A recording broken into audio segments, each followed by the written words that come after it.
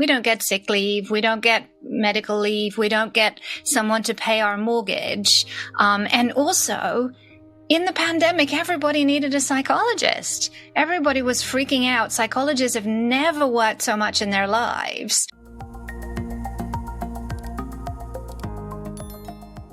Dr. Sally, I know that you got COVID. In fact, you were one of the ones that got it in the first wave out in the Northeast, where it was really bad at first. And then life has not gone as you would have wanted. It's definitely been a journey. And I think I relate the most to how our business influences our health. Obviously it's both directions, but I decided that I was well enough to start working with people with long COVID, probably when I had no business to be making that decision.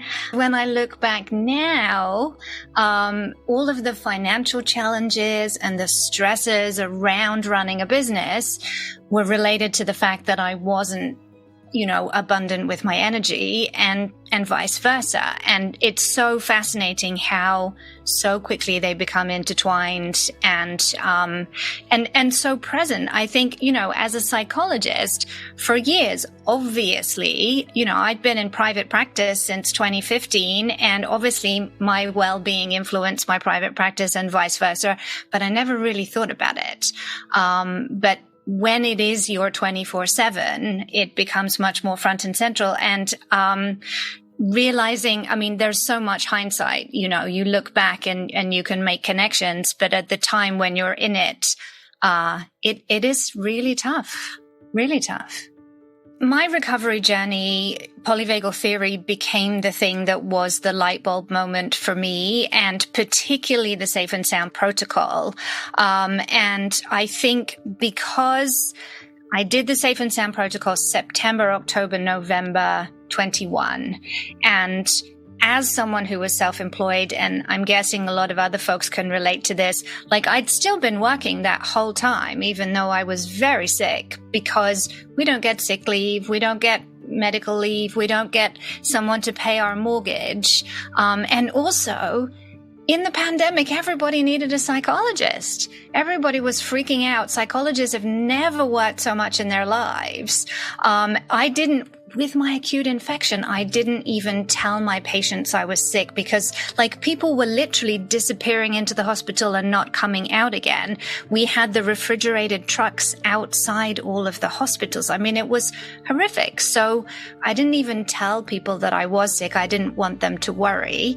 And how does that impact your ability to recover from a very serious disease when you're pretending like you're not even sick in the first place? When I discovered the Safe and Sound protocol, when I started to feel better, it was very exciting. Something that was really, when you start to get those first moments of ventral vagal, and it is very exciting. And I'd never really experienced that before, and I didn't realize that I hadn't experienced that before. And so in the context of that excitement, well, everybody needs to know about this, and everybody needs to have this as part of their recovery journey. So of course, why wouldn't I train to be certified here and start coaching other people? But we forget that maybe we're not quite where we need to be in terms of resilience with that, and that there's still a lot of shifting down into shutdown very quickly. Give us tools. What 2 or 3 tools have been really helpful for you to lean on during this time, where even if it didn't necessarily immediately resolve the symptoms, it helped you in this relationship that you have with your health and your business to keep going, to not lose hope, but to keep going? I think that knowing the supports that work for me to be able to sit at my desk and do anything. So I have my footrest, I have my little weighted blanket. I have a weird thing where my back likes to have a towel rolled up in the middle of it. I think there's some sort of pressure point in the middle there. So as long as I have those things, that's my solid basis for the day. And bizarrely, before thinking about all of that, this is my bedroom behind that curtain in my tiny New York apartment. There isn't really a lot of space between my desk and the curtain. For the longest time, I was sitting on a metal stool with no back support, with no cushion, because it would fit in the space. What was I thinking? My poor nervous system. No wonder I felt so sick for such a long time.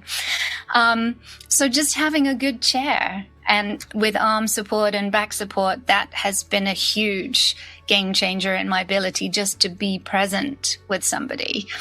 And then I think for me, the other two things, one is the shutdown and knowing what that feels like when you've gone past the point that is inevitable, and then curling up like a ball, and whether that's 5 minutes or whether it's 3 days, that's however long it takes, and being okay with canceling people and knowing that you are also modeling to them, this is how we do it.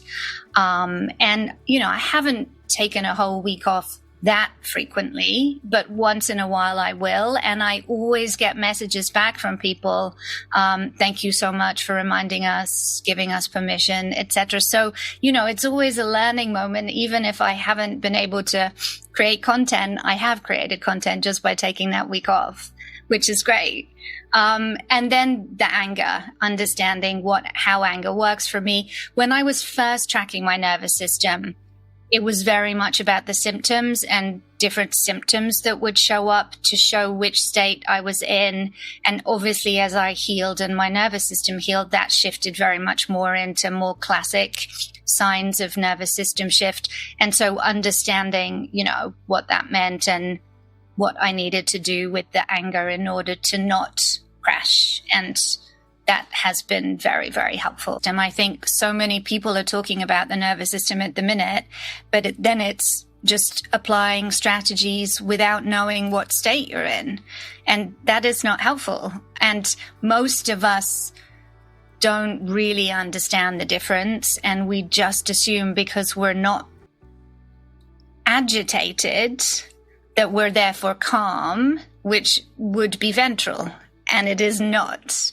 So I find that that's the bit that people are most surprised about, learning what they're not in the state they thought they were. And what that means is very revelatory. Yeah. Calm can often mean numb. Right. Not ventral. Exactly. Yeah. The other portion of this has been very much for me about boundaries. And somebody introduced me to the concept of the Sally doesn't do list. And the first time I heard of that, I was like, the what do you mean? Because obviously entrepreneurs are notorious for they do everything. You start the business, you bootstrap the business, you do everything yourself. And I have in the past. When I started my private practice, I learned how to make my own WordPress site. And, I taught myself how to do Medicaid billing and Medicare billing. And, all of the things you do it yourself to begin with until you can make enough to pay someone else. But we don't have that luxury. That's not how we're going to operate anymore. We have to pay people to do stuff right from the very beginning. And one of the things that gets me the most at the minute is when you need to log into something and there's a 2FA code that gets sent and people will just randomly ping me in the middle of can you give me that? No, Sally doesn't do that. Figure out another way to get in. Somebody else can help you. And that's not me being mean. That's just me protecting what I have, which is important. Because at the end of the day, we have to remember our skills and our talents are much needed and need to be out there in the world. One of the hardest lessons that I've seen it can be for entrepreneurs to learn is that they are the most important thing in the business. Yeah. They are. Yeah, exactly. Not anything or anyone else. They themselves, their energy, their nervous system, they. And then that helps reestablish those priorities of, if I am the most important thing, well, then I need to take care of myself first. And I need to have a list of, we just don't do that anymore. We just don't do that. Yeah. Oh, but I think it's hard when you're coming from that, the scarcity place, right? Most of us with our healing journey have also spent a lot of money on treatments that didn't go anywhere, and maybe have medical debt and are anxious about paying our bills. And so it's very easy to get it. Let me just send these 400 more emails because maybe somebody will sign up for something, and I just need this month to pay that thing off. And you're right, that isn't protecting my energy, and then I don't get to be the most important thing in the business. Yeah, that fear. That fear, that place of scarcity. Yeah. Wow. Right. Puts us in the activation and on the edge of the freeze and shutdown from that scarcity.